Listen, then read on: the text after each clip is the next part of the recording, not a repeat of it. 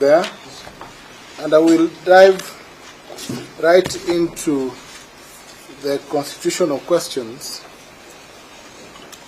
The application before you for challenging the empanelment of this bench addresses itself, my lords, to the powers of the Chief Justice under Articles 161,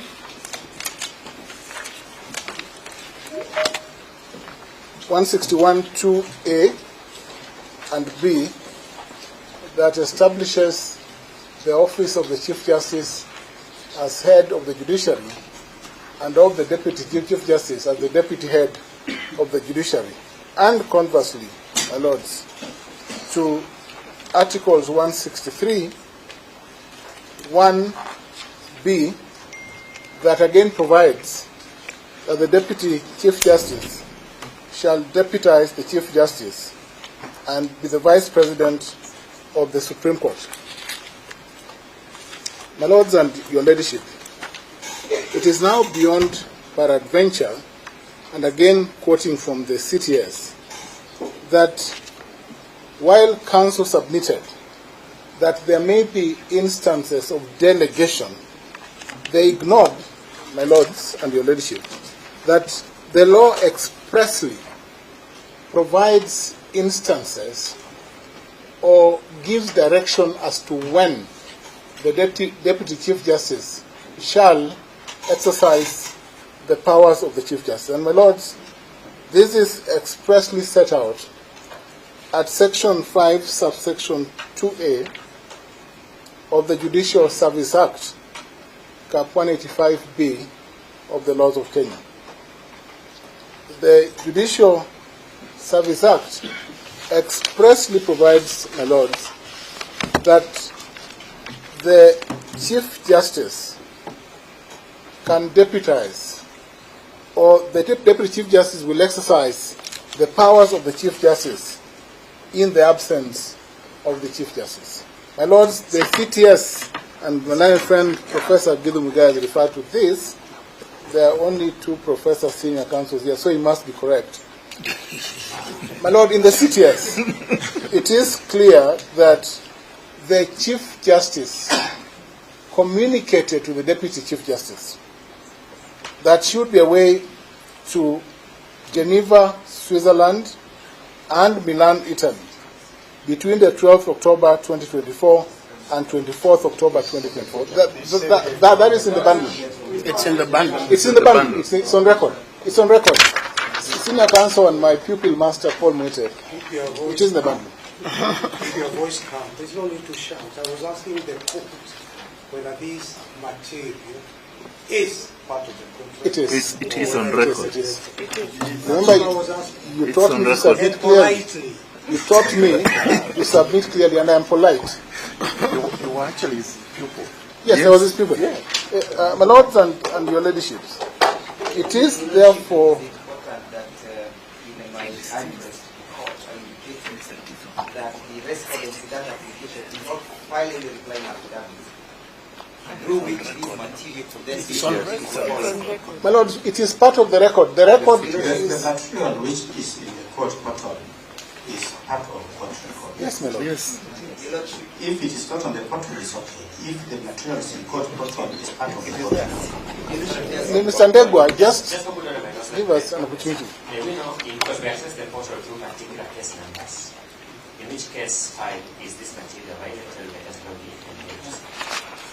SWB? My lord, it is not in my place to start educating or demonstrate to my learned friends what file to look for, because this is in the portal. I would have had no other way of accessing. Professor, can you just give us a reference? Yes, I had. For purposes of clarity. Yes, my lord, 05, we have 3 cases that are consolidated. We have accessed the portal in E015 of 2024, a transmission from Claire Wanyama, and E014 as consolidated. We have this material and they're aware of it. We have even gone further, my lord, and served or passed on the communication to my land. It is in the public domain, my lord. We could not have secured this communication from anywhere else. Do you mean to say that what you're holding is filed on CTS? It is, yes. It is in the, what I have here is a copy from the CTS with a reference from the Chief Justice's office. But we only accessed it from the portal. It's an internal memo we've just been given. My colleagues are saying it's on the portal. If we knew the case number which it was, we would have verified it. The other option would have been for my colleagues to react a particular application this afternoon. Have they found an application regarding this document? Truth of the matter is that the documents in the CTS have a timestamp, as my lady points out. The document we are having here does not have a timestamp. We're just saying, show us where it is, then we authenticate, then we make progress. It doesn't make sense to demean the rest of us when you're asked to authenticate. You do precisely that, you authenticate. My lord, I can confirm that it is even in the physical file. This document in the physical file. So that my learned friends do not have it, or that they are shocked that the Chief Justice is not in the country, should be a point for response. They can respond and say, we saw the Chief Justice around. That's a possible response. My lord, if I may, they're eating into my time, they will have time to respond.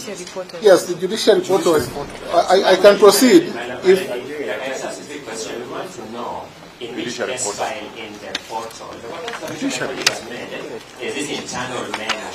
First, I want to know internal memo in the portal, but more importantly, in which case file is this internal memo, so that we can authenticate. That's simple. My colleagues have said it in the portal. Because I can furnish us with the particulars. Yes, we have indicated, my lord, that it is in the physical file. My lord, Mr. Nyamodi will specifically address him with that so that I can proceed, my lord. My lord, please, the applicants, when you are submitting, the respondents gave you time. Please just give them time to make their submissions. You are going to respond. There will be time to make a response. my lord, the proceedings before you are in the public interest. They are in the public interest, and therefore the question of time management, my lords, and the need for expeditious disposal of the application before you cannot be overstated.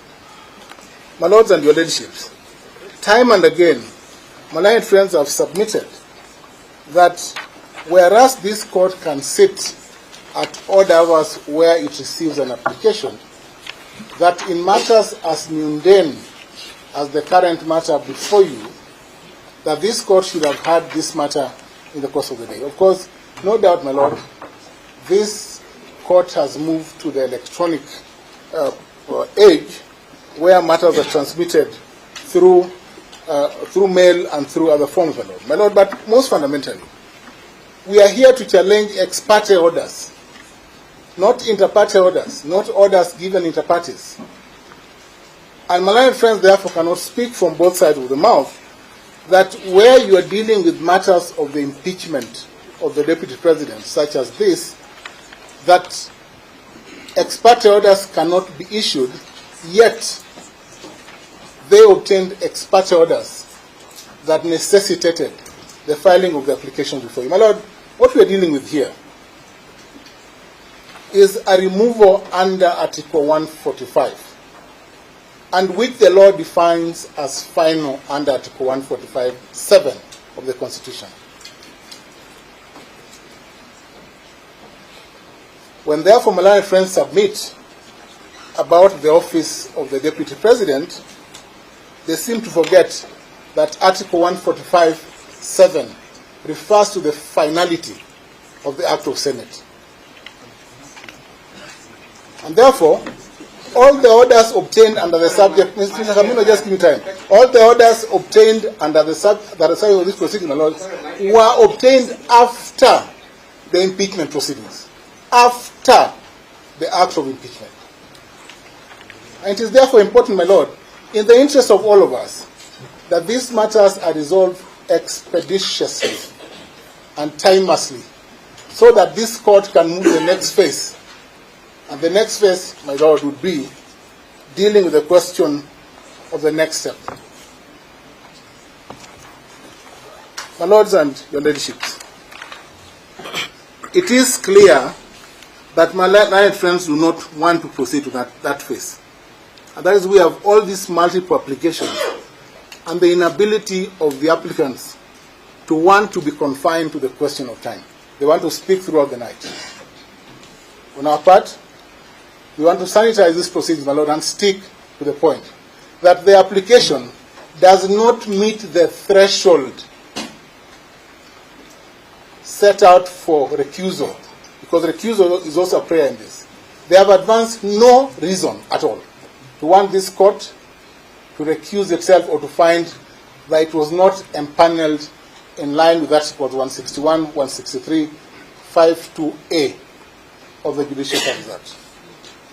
We opine, my Lords, that this bench was properly constituted by the Deputy Chief Justice, exercising powers donated to her by the Chief Justice, unless they're saying that there's another Chief Justice. Thank you, my Lord.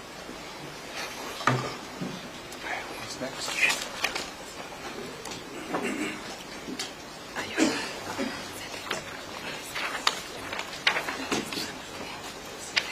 My Lord, my Ladies, as a follow-on to the submission by my two learned senior colleagues, I wish to respond further to the application as follows.